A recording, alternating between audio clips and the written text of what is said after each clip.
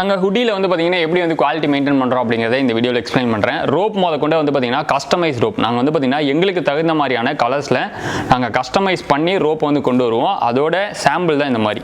இப்போ ஒயிட் இருக்குது அப்படின்னா ஒயிட் வந்து எங்களுக்கு தகுந்த மாதிரி கஸ்டமைஸ் பண்ணிடுவோம். அடுத்து வந்து பார்த்தீங்கன்னா சப்போஸ் இந்த கலர் இருக்குது அப்படின்னா நான் வியர் பண்ணியிருக்கேன், சேம் அதே கலர்லேயே வந்து பார்த்தீங்கன்னா ரோப்பும் வந்து இருக்கும். ப்ளஸ் வந்து பார்த்தீங்கன்னா இதுக்கு பேர் குப்பின்னு சொல்லுவாங்க. இதுவும் வந்து பார்த்தீங்கன்னா சேம் அதே கலரில் இருக்கும்.